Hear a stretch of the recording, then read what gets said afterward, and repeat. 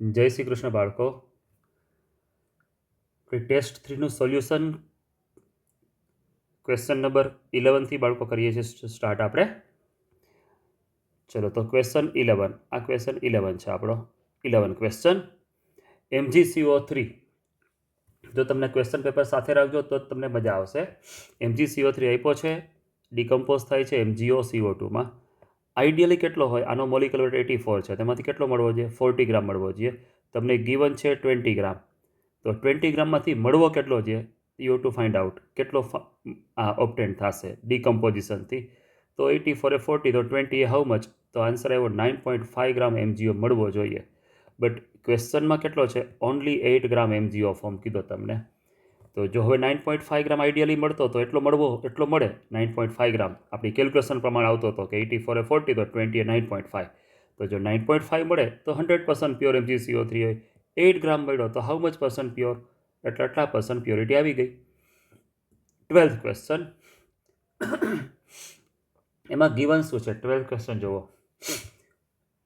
બધાના મારે mall find કરું છું, કારણ કે રિએક્શન જે આપણે લખ્યું છે A+2B + 3C gives AB2C3, અહીંયા બધાના મોલની જરૂર પડશે. આઈડિયલ મોલ 1, 2, 3, 1 ને પછી ગિવન મોલ લખશું. તો આ ગિવન મોલ માટે પહેલાં મારે બધાના મોલ ફાઇન્ડ કરવા પડે. એનો મોલ એટોમિક વેટ આપ્યો 60 અને એના વેટ આપ્યો 6 ગ્રામ, તો એના 0.1 મોલ થયા. બીના મોલ તો કે મોલિક્યુલ્સ આપ્યા છે 6.0223 અપોન Na, એટલે મોલ મળે. મોલિક્યુલ્સ અપોન Na કરો તોય મોલ મળે, તો એ 1 મોલ થયો.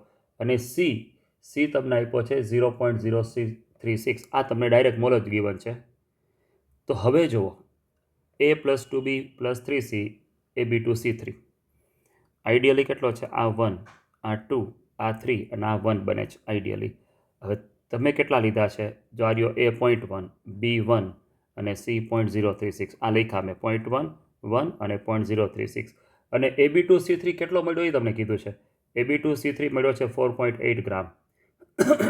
હવે મારે LR ગોતવો પડે. LR તો આ બેમાંથી LR, આ 1 હોય, A1 હોય તો B2 જોઈએ. દેખાય છે ને? A1 હોય તો B કેટલો જોઈએ? 2. તો A.1 હોય તો B કેટલો જોઈએ?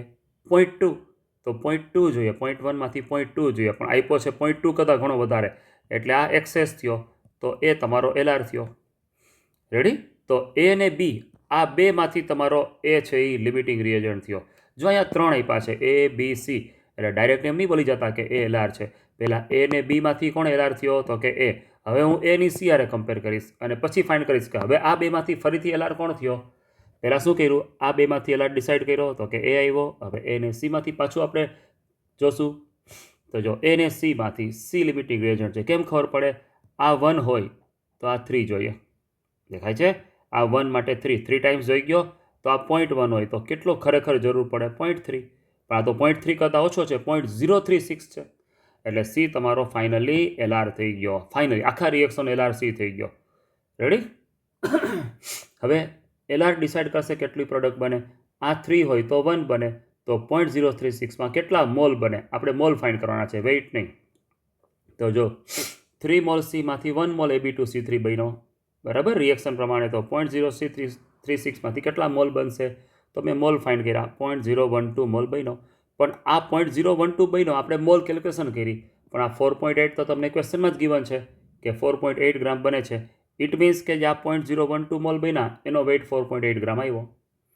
તો 0.012 મોલનો વેઇટ 4.8, તો 1 મોલનો વેઇટ કેટલો આવ્યો? આ ફાઇન્ડ કરશો 4.8 અપોન 0.012, તો 12 × 48, એટલે 400 તમારો આન્સર આવશે.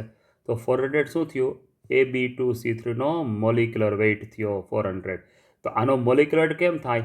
તો કે એનો એટોમિક વેઇટ પ્લસ 2 × બીનો એટોમિક વેઇટ પ્લસ 3 × સીનો એટોમિક વેઇટ, આ બધું ભેગું કરો તો 400 થાય. હવે એનો એટોમિક વેઇટ તમને 60 ગિવન છે, બીનો તમને આપ્યો નથી, બીનો એટોમિક વેઇટ તમારે ફાઇન્ડ કરવાનો છે. સીનો એટોમિક વેઇટ 80 ક્વેશ્ચન પેપરમાં ગિવન છે, જોઈ લેજો કે સીનો એટોમિક વેઇટ 80 છે. તો આ બધું આપી દીધું, તો ફાઇનલી તમે બીનો એટોમિક વેઇટ 50 મળી ગયો. 13th question. ચલો, જો બે રિએક્શન લખ્યા છે C+O2 CO2, આ 12 ગ્રામ હોય તો 1 મોલ CO2 મળે. 1 મોલ એટલે 22.4 લીટર. તો આ 24 ગ્રામ હોય એટલે કે કાર્બન 2 મોલ લઉં તો CO2 2 મોલ મળ્યો. 2 મોલ એટલે STPF 44.8 લીટર થાય. એવી રીતે જ સલ્ફરનું કે સલ્ફર છે S+O2SO2 32 ગ્રામ એટલે 1 મોલ, તો અહીંયા 1 મોલ મળે એટલે કે 22.4 લીટર. રેડી બાળકો? હવે ક્વેશ્ચન જોજો. ક્વેશ્ચનમાં કીધું છે 14 ગ્રામ મિક્સચર, કાર્બન ને સલ્ફરનું 14 ગ્રામ મિક્સચર છે અને CO2 ને SO2 કેવા મળે છે 2:1. આ CO2 ને SO2 છે એ ક્યાં રેશિયોમાં છે? આ 2 અને આ 1, એટલે જ મેં અહીંયા 2 મોલ એટલે 44.8 લીટર ના 22.4 લીટર લખ્યા છે. તો હવે આ 44.8 22.4 એટલે 2:1 રેશિયો થઈ ગયો આ બેનો. આ રેશિયોમાં જોતો હોય તો કાર્બન કેટલો લેવો પડે 24 ગ્રામ ને સલ્ફર કેટલો લેવો પડે 32 ગ્રામ. બરાબર? જો આ કાર્બન છે 24, સલ્ફર છે 32, આમ લઉં તો CO2 SO2 ક્યાં રેશિયોમાં આવ્યા 2:1. આ 44.8 એટલે 2 મોલ 2 મોલ અને SO2 22.4 એટલે 1 મોલ. રેડી? તો હવે આ બેનો ટોટલ કેટલો થાય? આ બેનો ટોટલ થશે 56 ગ્રામ મિક્સચર. આ થઈ ગયું 56 ગ્રામ મિક્સચર. 56 ગ્રામ મિક્સચરમાં 2:1 રેશિયો આવે CO2 SO2 નો. બરાબર? હાલો, તો 56 ગ્રામ મિક્સચરમાં કાર્બન કેટલો હતો? આ રહ્યો 24 ગ્રામ. તમારે 2:1 રેશિયો જોતો હોય તો 56 ગ્રામ મિક્સચર લેવું પડે તો થાય. રેડી બાળકો? આટલી ખબર પડી ગઈ? તો હવે 56 ગ્રામ મિક્સચરમાં કાર્બન હતો 24 ગ્રામ અને સલ્ફર 32. તો તમને ક્વેશ્ચનમાં એવું પૂછ્યું છે કે 14 ગ્રામ મિક્સચરમાં કાર્બન કેટલો હોય? તો જો 56 ગ્રામ છે આનો ટોટલ, એમાં કાર્બન 24, તો ક્વેશ્ચનમાં 14 ગ્રામ છે તેમાં કાર્બન કેટલો તો મેં ફાઇન્ડ કર્યો 6 ગ્રામ કાર્બન આવ્યો. પણ તમને કાર્બનના ગ્રામ નથી પૂછ્યા, મોલ પૂછ્યા છે, એટલે 6 એનો એટોમિક વેઇટ, એટલે આન્સર આવી ગયો 0.5. 14th question. 2 રિએક્શન છે. CaO HCl રિએક્શન કરે તો CaCl2H2O બને. રિએક્શન તમારી મેળે લખવું પડે. NaOH HCl કરે તો NaClH2O બને. આ રિએક્શન લખી નાખ્યું. આ આઈડિયલ છે. બરાબર? અહીંયા જે કાંઈ છે એ આ આઈડિયલ છે. જો આ આઈડિયલ, આ ગિવન, એવી રીતે અહીંયા આ આઈડિયલ અને આ ગિવન, આમ છે આઈડિયલ ને ગિવન. તો આઈડિયલ આ 56 ગ્રામ હોય તો CaCl2 કેટલો મળે 111 ગ્રામ. તો આ 28 ગ્રામ, આનો હાફ, તો આનો હાફ આટલો મળવો જોઈએ. બરાબર? જો તમને એવું કીધું છે કે resulting solution is evaporate to dryness, એટલે એને શુષ્ક થાય ત્યાં સુધી બાષ્પીભવન કરવાનું, એવું ગુજરાતીમાં કીધું છે. ડ્રાય સુધી, એટલે કે આ H2O છે ને, H2O આ H2O છે એ ઉડી જાય. H2O ઉડી જાય. તમે ગરમ કરો એટલે ડ્રાય કરો એટલે છેલ્લે તમારે ખાલી આ સોલિડ વધે, આ સોલિડ અને આ સોલિડ, આ વોટર છે એ ઉડી જાય. સમજાય બાળકો? એટલે આ વધ્યું ખાલી. તમને એવો ક્વેશ્ચન પૂછ્યો છે ઇવોપોરેટ ટુ ડ્રાયનેસ, એટલે આ બે વધ્યા છે. એટલે તો 56 માંથી 111, તો 28 માંથી આટલો. NaOH આઈડિયલી 40 માંથી NaCl 58.5, તો 20 માંથી આટલો. રેડી? તો હવે આ તમને આજ આપ્યું છે, આ ગિવન છે 28 ને 20, તો કેટલું મળ્યું? અમે રાઉન્ડ કરી દીધા છે 55 + 29 55.5 ના, એટલે 84.75 ગ્રામ તમારું મળી ગયું છેલ્લે CaCl2 અને NaCl no weight total ઇવોપોરેટ to dryness કર્યું. એટલે આ જે સોલિડ મળ્યો ને, આ કેવો છે? આ સોલિડ છે. સોલિડ આ તો ઉડી ગયું, વોટર તો ઉડી ગયું ઇવોપોરેટ થઈને. હાલો, 15th ક્વેશ્ચન. 28% W/W તમને ગિવન છે એક્વેસ સોલ્યુશન. આનો મિનિંગ શું થાય 28%નો? કે 28 ગ્રામ સોલ્યુટ, 28 ગ્રામ સોલ્યુટ છે એ 72 ગ્રામ સોલ્વેન્ટમાં પ્રેઝન્ટ છે. 28%નો મિનિંગ આમ થાય, એ કેમ બોલાય કે 28 gram solute is present in 100 gram solution. Solution બોલું દ્રાવણ, તો 100 ગ્રામ સોલ્યુશન, એટલે 100 ગ્રામમાં 28 ગ્રામ સોલ્યુટ છે તો બાકીનો સોલ્વેન્ટ હોય એટલે કે 72 ગ્રામ સોલ્વેન્ટ. અને એક્વેસ કીધું છે એટલે સોલ્વેન્ટ કોણ હોય? H2O હોય. રેડી બાળકો? તો 28 ગ્રામ સોલ્યુટ, 72 ગ્રામ સોલ્વેન્ટ આ છે. હવે તમારે મોલાલિટી ફાઇન્ડ કરવી, તો મોલાલિટી કેમ થાય? Weight of solute into 1000 upon molecular weight of solute into weight of solvent. તો આ બે કેન્સલ થયા. આ તમારો આ કરશો, બરાબર? આ 125 8 ઝા અને 9 8 ઝા, 8 હારે ગુણાકાર કરો, 125 × 8 એટલે 1000 ને 9 × 8 એટલે 72, એટલે આવું આવી ગયો આન્સર. હવે તમારે મોલ ફ્રેક્શન ફાઇન્ડ કરવાના છે. તો સોલ્યુટના મોલ કેટલા છે? તો સોલ્યુટ કેટલો છે 28 ગ્રામ થયો. આ 28% એટલે 28 ગ્રામ થયો. આનો મોલિક્યુલર વેઇટ એ સોલ્યુટનો પાછો 28 જ આપ્યો. વાંચો ક્વેશ્ચન પેપરમાં. સોલ્યુટનો મોલિક્યુલર વેઇટ 28 અને એનો વેઇટ 28 એટલે 1 મોલ, અને વોટર કેટલું હતું આમે કીધું હતું વોટર છે સોલ્વેન્ટ એ 72 ગ્રામ છે તો એના મોલ કેટલા થાય ડિવાઈડ બાય 18 કરવા પડે 4 એટલે હવે આનું મોલ ફ્રેક્શન ફાઇન્ડ કરવું સોલ્યુટનું તો 1/5 1/1 + 4 5 સોલ્યુટના મોલ ફ્રેક્શન ફાઇન્ડ કરવા છે મારે એટલે 0.2 આવી ગયા 16th ક્વેશ્ચન જો રિએક્શન આવું છે તમને રિએક્શન આપ્યું છે એટલે રિએક્શન નથી આપ્યું પણ તમને x2y3 કીધો જો આ x2y3 તો x2y3 કેમ બને 2x + 3y 2x + 3y એટલે x2y3 તો xના કેટલા મોલ છે જોઈએ 2 મોલ અને yના કેટલા મોલ જોઈએ 3 મોલ આઈડિયલી હવે xનો એટોમિક વેટ કેટલો આપ્યો જો ક્વેશ્ચન પેપરમાં 36 આનો એટોમિક વેટ આપ્યો છે તો 2 મોલ એટલે કેટલા થાય 36 એટોમિક વેટ છે તો 2 મોલ એટલે 72 ગ્રામ થાય હવે y જુઓ yનો એટોમિક વેટ 24 છે આનો એટોમિક વેટ 24 છે એના 3 મોલ એટલે એ 72 થયો આ 36 હતો એના 2 મોલ એટલે 72 આ 24 હતો એના 3 એટલે 72 ટૂંકમાં બેયનો વેટ સરખો થયો 72 રેડી બાળકો ખબર પડી ગઈ એટલે જો આના 2 મોલ અને આના 3 મોલ એટલે કે 72 જો બે સરખા થયા એટલે સરખા લઉં છું તો કોઈ લિમિટિંગ રિએજન્ટ નહીં આવે ભલે મોલ જુદા જુદા છે આના 2 અને આના 3 પણ બેનો વેટ સરખો જ આવ્યો એટલે હવે ક્વેશ્ચનમાં એવું પૂછ્યું છે કે ઇક્વલ વેટ લઈએ તો જો ઇક્વલ વેટ જ થઈ જાય ને ઓટોમેટિક અહીંયા 72 કે તમે ભલે ગમે એટલા લ્યો તમે અહીંયા 4 ગ્રામ 20 ગ્રામ 30 ગ્રામ 15 ગ્રામ 100 ગ્રામ જે હોય પણ ઇક્વલ વેટ લ્યો છો તો અહીંયાથી પ્રૂવ થઈ ગયું એટલાથી કે ઇક્વલ વેટ લઈએ તો કોઈ પણ LR લિમિટિંગ રિએજન્ટ આવતો નથી રેડી બાળકો એટલે આન્સર આવી ગયો તમારો નો લિમિટિંગ રિએજન્ટ ચલો પછી નેક્સ્ટ એટલે લિમિટિંગ રિએજન્ટ કોઈ ન એટલે ખબર પડે ને 16માં બાળકો કે લિમિટિંગ રિએજન્ટ કોઈ નથી એટલે શું તો કે લિમિટિંગ રિએજન્ટ જો કોઈ હોય કોઈ રિએક્શનમાં જો હમણાં આપણે આગળ જોઈ ગયા કયો ક્વેશ્ચન હતો આ જો આ એ ને બીમાંથી એ લિમિટિંગ રિએજન્ટ છે તો જે લિમિટિંગ રિએજન્ટ હોય એ કમ્પ્લીટલી વપરાઈ જાય યુઝ થઈ જાય તો આ વધવાનો છેલ્લે આ છેલ્લે વધશે બરાબર એવી રીતે એ ને સીમાંથી આ લિમિટિંગ થઈ ગયો સી લિમિટિંગ રિએજન્ટ થઈ ગયો તો આ થોડોક વધશે રેડી એટલે જે લિમિટિંગ રિએજન્ટ હોય એ કમ્પ્લીટલી યુઝ થઈ જાય અને બીજો જે એક્સેસ હોય એ વધવાનો છે તો અહીંયા આ ક્વેશ્ચનમાં કેવું થયું બાળકો 16th ક્વેશ્ચનમાં આપણે કે લિમિટિંગ રિએજન્ટ છે એ કોઈ છે જ નહીં કારણ કે બે કમ્પ્લીટ માપના જ છે જેટલો જરૂર છે એટલા જ છે તો લિમિટિંગ રિએજન્ટ કોઈ ન હોય તો કોઈ એક્સેસ નથી એટલે કોઈ વધવાનો જ નથી પૂરેપૂરા રિએક્ટન્ટની પ્રોડક્ટ ફોર્મ થઈ જવાની છે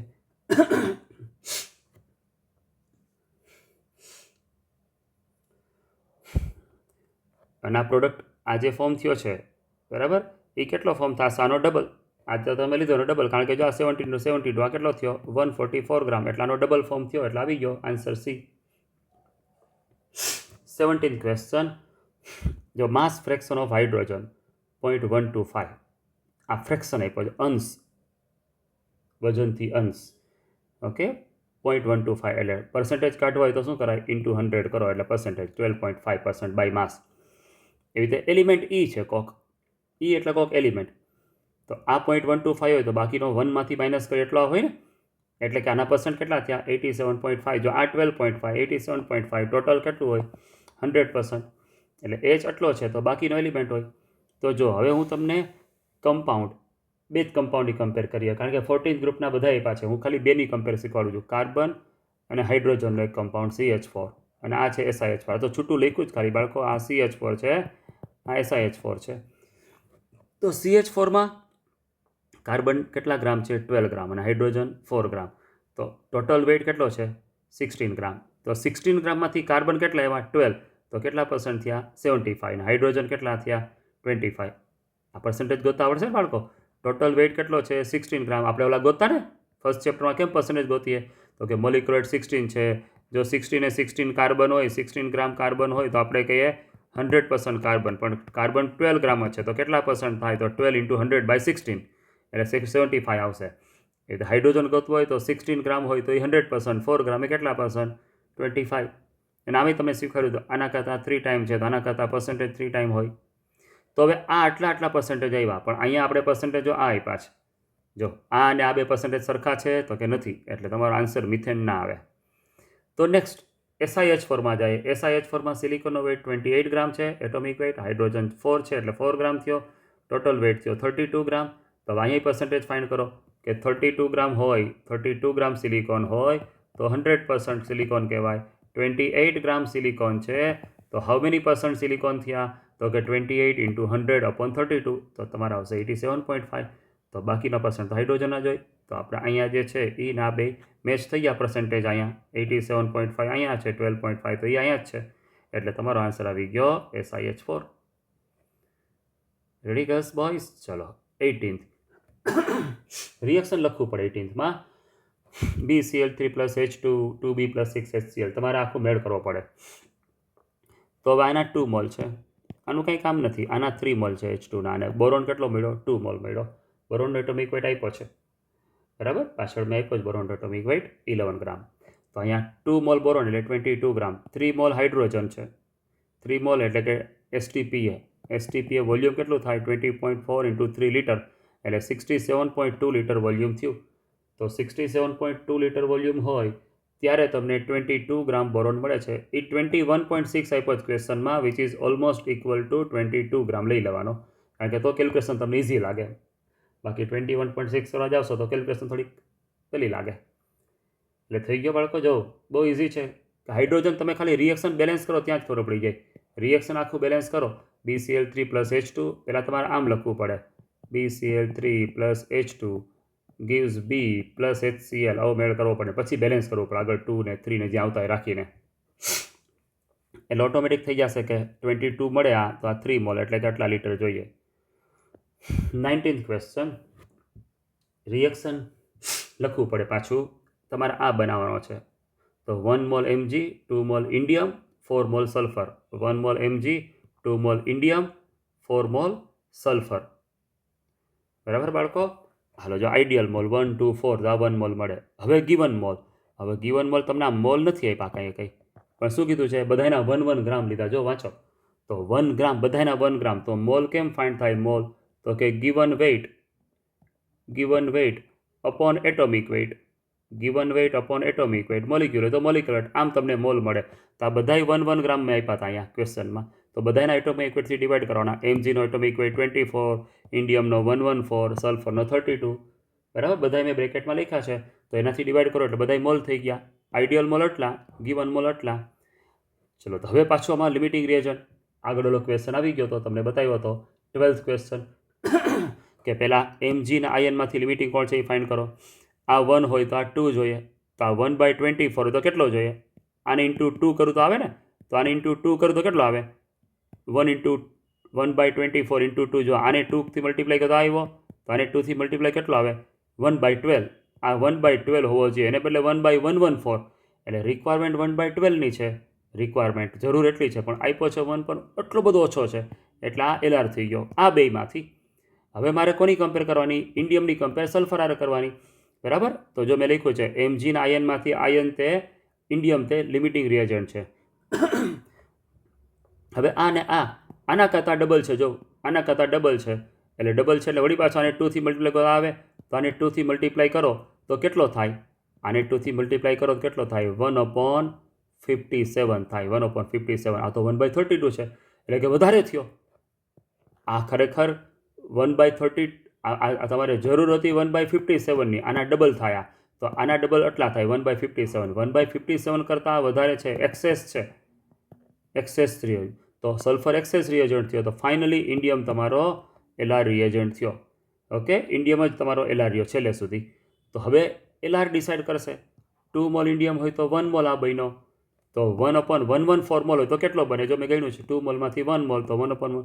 તો તમારો આન્સર આવી ગયો, આટલા મોલ બને. રેડી બાળકો? ચલો નેક્સ્ટ ક્વેશ્ચન 20th. Ne2H2O3.5H2O બધાના વેઇટ લખ્યા છે. સોડિયમનો એટોમિક વેઇટ 23 તો 46 ગ્રામ. સલ્ફરનો 32, એમાં 2 છે એટલે 64. ઓક્સિજનનો 16, 3 × 48. અને અહીંયા ઓક્સિજન 5 છે બીજા. આ 5 ઓક્સિજન થયા અહીંયા, એટલે એનો 80 કર્યો અહીંયા. બરાબર? અને હાઇડ્રોજન 5 2 × 10 થયા એટલે એનો 10 ગ્રામ કર્યો. તો હવે આમાં ઓક્સિજન ટોટલ કેટલો થયો? 48 ને 80 એટલે 128 ગ્રામ ઓક્સિજન થયો. યાદ રાખજો આ ઓક્સિજન. બાકી તો બધા એમનેમ જ છે. સોડિયમ 23 × 2 એટલે 46, સલ્ફર 32 × 2 એટલે 64, હાઇડ્રોજન 5 2 × 10. પણ ઓક્સિજન આ બે ટોટલ કરીને લખવા પડે એટલે 128 ગ્રામ.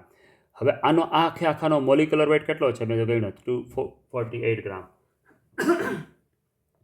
મોલિક્યુલર છે 248 ગ્રામ આખાનો.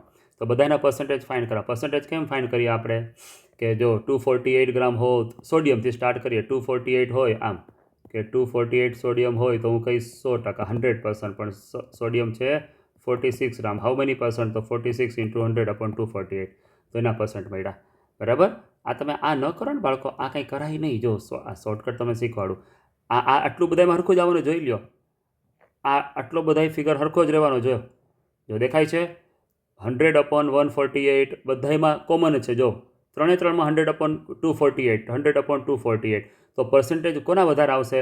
આના હાઈએસ્ટ, કારણ કે આ 128 છે, પછી આ 64, પછી આ, એટલે પર્સન્ટેજમાં આના સૌથી વધારે આવ્યા. જો કારણ કે જો 128, પછી 64, પછી 46 ને છેલ્લે 10. રેડી? આ કંઈ ગણવાની જરૂર નથી. આ મેં ભલે ગણ્યા, તમારે ગણાય નહીં. તમારે ખાલી આટલાથી જ કરી નખાય. સમજાય જ બાળકો? કારણ કે જો આટલું તો સરખું જ થયું 100/248. તો પર્સન્ટેજ આવો ઓર્ડર આવ્યો. આવો ઓર્ડર એ કંઈ છે જ નહીં ક્વેશ્ચનમાં, એટલે નન ઓફ ધીસ. હવે ડાયરેક્ટ 41 ક્વેશ્ચન જોજો બાળકો. તો 41 ક્વેશ્ચનમાં સેકન્ડ બોર ઓર્બિટ આ ઇક્વેશન છે, બધી વેલ્યુ મૂકી દીધી, આન્સર આવી ગયો સીધો. કાંઈ છે નહીં, બહુ ઇઝી છે. 43 જોવો ડાયરેક્ટ. હવે 43. તો 43માં આ ઇક્વેશન તમને આવડે બધાને. 1/λ = R 1/ni². આ Z એટોમિક નંબર. હવે પહેલું એવું પૂછ્યું છે હાઇડ્રોજનની બાલ્મર સિરીઝ, એની શોર્ટેસ્ટ વેવલેન્થ. તો બાલ્મર સિરીઝ એટલે ગમે ત્યાંથી કોઈ પણમાંથી 2માં આવે ડાયરેક્ટ 2માં. બરાબર. 3 થી 2 આવે, 4 થી 2 આવે, 5 થી 2, ગમે ત્યાંથી 2માં આવે એને બાલ્મર કહેવાય. પણ શોર્ટેસ્ટ લેમ્બડા એટલે કે હાઈએસ્ટ એનર્જી તો ઇન્ફિનિટી ટુ 2 આવે. તો મારે વેલ્યુ મૂકવી પડે. અહીંયા 2 ને અહીંયા ઇન્ફિનિટિવ. હાઇડ્રોજન છે એટલે 1. પણ આપ્યું છે કે આ વેવલેન્થ છે એ એક્સ જેટલી છે, એવું ક્વેશ્ચન પેપરમાં આપ્યું જ વાંચો. તો આ લેમ્બડાને બદલે હું શું મૂકીશ? એક્સ મૂકીશ. આ મૂકી દીધો જો મેં એક્સ અહીંયા. આર આ 1/4 લખી નાખ્યું. તો આરની વેલ્યુ મળી ગઈ મને. આર એટલે આપણો રીડબર્ગ કોન્સ્ટન્ટ 4/x. હવે પાછું બીજી કન્ડિશન, પાસ્ચન સિરીઝ હાઇડ્રોજનની ફર્સ્ટ લાઇન. તો પાસ્ચનમાં ક્યાંથી મળે? લાઇમન બાલ્મર પાસ્ચન. કોઈ પણ હાયરમાંથી 4 2 3, 5 2 3, 6 2 3 આ બધી પાસ્ચન કહેવાય. એમાં 4 2 3 છે એ પાસ્ચનની ફર્સ્ટ લાઇન મળી. ફર્સ્ટ પાસ્ચનની સેકન્ડ લાઇન એટલે 5 2 3, પાસ્ચનની થર્ડ લાઇન એટલે 6 2 3. આમ તો તમને અહીંયા ફર્સ્ટ લાઇન કીધી છે એટલે 4 2 3. તો હવે વેલ્યુ મૂકી દો પાછો અહીંયા આ ઇક્વેશનમાં પાસ્ચન માટે 4 2 3 એટલે અહીંયા 3 ને 4 3² 4² અને હાઇડ્રોજન છે આ પાસ્ચન સિરીઝ. ઓકે. તો આ 1/λ = 1/3² 4². પણ હવે અહીંયા આરની વેલ્યુ 4/x અહીંથી મૂકીશ. અહીંથી આપણે ઉપર ફાઇન્ડ કરીએ ને આર, તો આ 4/x છે હું અહીંયા મૂકું છું. તો R = 4/x મૂક્યો. આ બધી સિમ્પ્લિફાઈ કર્યું તો તમારો આન્સર આવી ગયો. λ = 144/28 એટલે કે 36/7. બરાબર. આપણે કરીએ ને કે 7 ચોક 28 ને 36 ચોક 144 જેવું કરીએ. ઓકે. 7 4 28, 36 4 144 એટલે આન્સર આવી ગયો 44. ફોટો ઇલેક્ટ્રોનને એમિટ કરવા છે, ફોટો ઇલેક્ટ્રોનને તમારે ઇજેક્ટ કરવા છે મેટલ સરફેસ ઉપરથી. તો તમારી ફ્રીક્વન્સી છે ન્યૂ. ઓકે. ફ્રીક્વન્સી મિનિમમ કેટલી હોવી જોઈએ? ન્યૂ જેટલી. જે રેડિયેશનની ફ્રીક્વન્સી છે ન્યૂ જેટલી હોય તો એટલા ફોટો ઇલેક્ટ્રોન છે, ફોટો ઇલેક્ટ્રોન એ આ મેટલની સરફેસમાંથી બહાર નીકળશે. આમ તો ખાલી બહાર નીકળશે. ક્યારે? કે રેડિયેશન જે છે એની ન્યૂ કેટલી હોય? ન્યૂ જેટલી, થ્રેશોલ્ડ ફ્રીક્વન્સી જેટલી હોય આ ફ્રીક્વન્સી. તો પણ જો તમારા રેડિયેશનની ફ્રીક્વન્સી ન્યૂ થ્રેશોલ્ડ કરતાં વધારે હોય તો જે વધારાની એનર્જી છે એ શેમાં કન્વર્ટ થઈ જાય? તો કે ઇલેક્ટ્રોન બહાર નીકળીને પછી દોડે એટલે એની કાઇનેટિક એનર્જી કન્વર્ટ થાય. તો કેટલી કેવી હોય? તો કે જે એક્સ્ટ્રા એનર્જી આપી છે આ તમારી આમ થઈ ગયું E - EO એટલે થ્રેશોલ્ડ એનર્જી, અને વધારાની એનર્જી hν. તો h તમારી ઇક્વેશન છે જ, તમે આ શીખ્યા છો.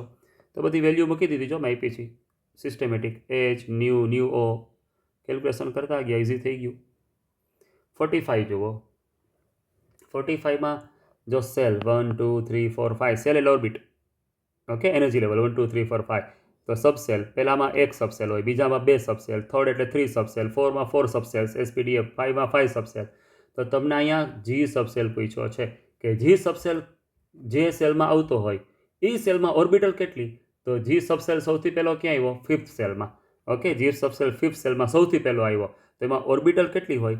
તો કે ઓર્બિટલ ફાઇન્ડ કરવા માટે શું કરવાનું હોય? તો કે જે n, આ તમારો n છે, n આ n ના નંબર છે, n² કરો એટલે ઓર્બિટલ મળે એટલે આન્સર આવી ગયો. હાલો 46 જોવો બાળકો. સ્પીસીસ લખી છે એક ઇલેક્ટ્રોનના આલ્ફા પાર્ટિકલ એટલે ખબર હશે આમ 2He4 2+ આને આલ્ફા પાર્ટિકલ કહેવાય. તો ચાર્જ ઇલેક્ટ્રોન ઉપર કેટલો હોય? આ -1. માઇનસની કંઈ મિનિંગ નથી, ખાલી ચાર્જ 1 છે, આની પર ચાર્જ 2 છે, આ +2 ને આ -1. માઇનસ પ્લસની જરૂર નથી કાંઈ, ખાલી 1 ને 2. માસ, હવે ખરેખર ઇલેક્ટ્રોનનો માસ કાંઈ 1 નથી. ઓકે, ઇલેક્ટ્રોનનો માસ રિયલમાં 1 નથી, આપણને ખબર છે, પણ મેં તમને ક્લાસમાં શીખવાડ્યું હતું કે ઇલેક્ટ્રોન, પ્રોટોન ને ન્યુટ્રોન યાદ હોય તો. ઓકે, ઇલેક્ટ્રોન, પ્રોટોન અને ન્યુટ્રોન ત્રણના માસની મેં તમને કમ્પેરિઝન કરાવી હતી. ઇલેક્ટ્રોનનો હકીકતનો માસ કેટલો છે? ઇલેક્ટ્રોનનો ખરેખરનો માસ કેટલો છે? ઇલેક્ટ્રોનનો રિયલ માસ તો કે 9.109, આપણે ખબર છે 9.109 10⁻31 kg આ ઇલેક્ટ્રોનનો માસ છે. ઇલેક્ટ્રોનનો માસ દળ, બરાબર. તો પ્રોટોનનું કેટલું હોય? તો કે ઇલેક્ટ્રોનનું માસ હોય ને એના કરતાં 1836 ટાઈમ માસ ઓફ ઇલેક્ટ્રોન, આમ લખાય. અને ન્યુટ્રોનનો માસ કેટલો હોય? તો કે એના કરતાં 1838 ટાઈમ માસ ઓફ ઇલેક્ટ્રોન. ટૂંકમાં ઇલેક્ટ્રોન, પ્રોટોન, ન્યુટ્રોનનો માસનો રિલેશનશિપ કેવી થઈ? ઇલેક્ટ્રોન, પ્રોટોન, ન્યુટ્રોનના માસથી જો આ 1 હોય તો આ 1836 હોય, આ 1838 હોય, આ બે લગભગ સરખા જેવા છે. ટૂંકમાં ઇલેક્ટ્રોનનો 1 લઉં તો આટલો થાય, ઇલેક્ટ્રોનનો 9.109 10⁻31 kg લઉં તો એને એટલાથી ગુણાકાર કરવાના, એટલાથી મલ્ટીપ્લાય કરવાના. એટલે આપણે ખાલી રિલેટિવ રેશિયો લઈ લઈએ. ઇલેક્ટ્રોનનો 1 લઈ લઉં, જો ઇલેક્ટ્રોનનો 1 લીધો તો આલ્ફા પાર્ટિકલનો માસ એના કરતાં 4 ટાઈમ લીધો. શું કામ?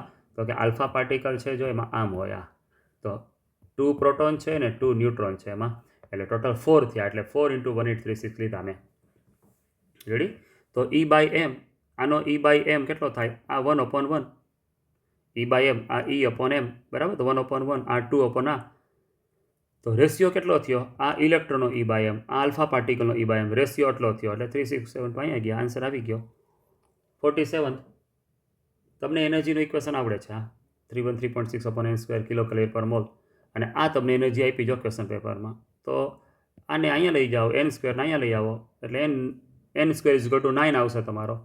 n² 9 આવ્યો, therefore n3 48. સ્પીડ આપી છે 600 મીટર/સેકન્ડ, એક્યુરસી આપી છે 0.005%. એટલે આનો મિનિંગ એવો કાઢવાનો કે 100% એક્યુરસી તો 600 મીટર/સેકન્ડ, તો 0.005 માં હાઉ મચ? એટલે તમારો ΔV મળ્યો. ΔV આવ્યો 0.03 મીટર/સેકન્ડ. હવે તમારે Heisenberg uncertainty principal Δx × m ΔV h/4π, તમારે Δx છે એ ફાઇન્ડ કરવાનો છે, આ નથી આપ્યો. તો ઇલેક્ટ્રોનનો માસ જો લખો, અહીંયા લખવો પણ અહીંયા 1 ના લઈ લો તો હવે, કારણ કે અહીંયા કમ્પેર નથી કરવાની, ઇલેક્ટ્રોનનો પોતાનો જ લખવાનો છે. માં શું કામ લખ્યું હતું? તો કે અહીંયા ઇલેક્ટ્રોન, પ્રોટોન, ન્યુટ્રોન એવી કમ્પેર હતી, અહીંયા કમ્પેર નથી, ઇલેક્ટ્રોનનો પોતાનો જ છે, એટલે આ લખવો જ પડે. એમ ઇલેક્ટ્રોનનો માસ ΔV ઉપર ફાઇન્ડ કરી, આ Hની વેલ્યુ આ બધી સોલ્વ કરી નાખો, Δx મળી ગયો તમને આન્સર. રેડી? 49. સ્ફેરિકલ નોડ પૂછ્યા છે, spherical node in an orbital. તો સ્ફેરિકલ નોડનું ઇક્વેશન થાય n - l - 1. ગોલીય નોડ. હવે એવું પૂછ્યું છે કે સ્ફેરિકલ નોડ કેમાં ન હોય? તો તમારે એક ઓર્બિટલ ચેક કરવી પડે. તો પેલી છે 2s. જો આ કેમ n1 l0 તો 1s કહેવાય, એટલે પેલો ઓપ્શન એ ઓપ્શન છે ને એમાં 2s છે. પહેલી ઓર્બિટલ છે 2s છે, બીજી 3p છે, અને ત્રીજી 3s છે, ને ચોથી 1s છે. તો 1sમાં તમે આ ઇક્વેશન સબસ્ટિટ્યુટ કરશો ને n - l - 1 1s માટે, તો એ 0 થાય. 2s માટે કરશો, જો આ 2s માટે કરો આ ઇક્વેશન, તો 2 - 0 - 1 એટલે 1 થયો. 3p માટે કરો તો 3 - 1 - 1 એમાંય 1 થયો. 3s માટે કરો તો 3 - 0 - 1 એમાં 2 થયો. બરાબર? અહીંયા 1 સ્ફેરિકલ નોડ, અહીંયા 1 સ્ફેરિકલ નોડ, અહીંયા 2 ને અહીંયા 0. આટલા સ્ફેરિકલ નોડ આવ્યા, એટલે આપણે 0 પૂછ્યું છે, એટલે આન્સર આવી ગયો હા. 50. 29th ઇલેક્ટ્રોન પૂછ્યો છે ટીનનો. હવે બાળકો ટીનનો નહીં, હું એમ પૂછું કોપરનો 29th ઇલેક્ટ્રોન, ઝિંકનો 29th ઇલેક્ટ્રોન, ગેલિયમનો 29th ઇલેક્ટ્રોન, કે કોઈ પણ, હું યુરેનિયમ છે કે લેડ છે, લેડ 82, એમ પૂછ્યું કે લેડ 82નો 29th ઇલેક્ટ્રોનનું કોન્ફિગરેશન કેવું? તો બાળકો ગમે એ કે જેનો એટોમિક નંબર 118 છે, 118 ઓગ્નેસોન, હલો 118, એમ કહું કે ઓગ્નેસોનનો 29th ઇલેક્ટ્રોનનું કોન્ફિગરેશન, તો એ ખાલી તમારે 29 ઇલેક્ટ્રોનનું લખવાનું થાય. ગમે એવું હોય ને 29th એટલે કે આ જ થયો. હવે હું ખાલી એમ પૂછું કે આ જે હમણાં તો લખ્યો હતો લેડ 82, આના 7th ઇલેક્ટ્રોનનું કોન્ફિગરેશન, તો તમારે 7 ઇલેક્ટ્રોન લખવાના કે 1s2 2s2 2p3, બસ પૂરું. એ 7th ઇલેક્ટ્રોન તો કાંઈ 2pમાં જ આવે. એમ. તો 29th ઇલેક્ટ્રોન ક્યાં આવ્યો? 29th ઇલેક્ટ્રોન જો આપણે આમ લખીએ 1s2 2s2 2p6 3s2 3p6 પછી 4s1 અને 4s1 પછી આવશે 3d10 બરાબર. 29th કોપરનું કોન્ફિગરેશન છે વાળવા. તો આમ લખ્યું તો 29th ઇલેક્ટ્રોન તમારો 3dમાં આવ્યો. તો 3d એટલે n3 થયો, d છે એટલે l2 થયો. મેગ્નેટિક ક્વોન્ટમ નંબર તો કે -2 થી +2 ગમે એ થાય હાલે આ જે કોઈ, અને સ્પિન +1/2 કે -1/2 ગમે એ ચાલે. તો આવો ઓપ્શન અહીં તમારો આન્સર આવી જાય. તો આવો ઓપ્શન છે બકરી. 3 2 3 2 0 એટલે 0 તો અહીં આવી જાય ને વેલ્યુ, -2 -1 0 +1 ને +2 એટલે 0 વેલ્યુ અહીં આવી ગઈ. અને આ એટલે 50માં આન્સર આવી ગયો બકરી. રેડી બાળકો? ચલો તો આજે અહીંયા 50 સુધી રાખીએ છીએ. આટલું સોલ્યુશન તમે જોઈ લેજો. તમારી ટેસ્ટ ડાઉટ બુકની જે નોટ્સ બનાવી છે તમે એ નોટ્સમાં લખી પણ નાખજો બાળકો આને. બરાબર? ચલો પાછા મળીએ છીએ. ત્યાં સુધી બધાને જય શ્રી કૃષ્ણ.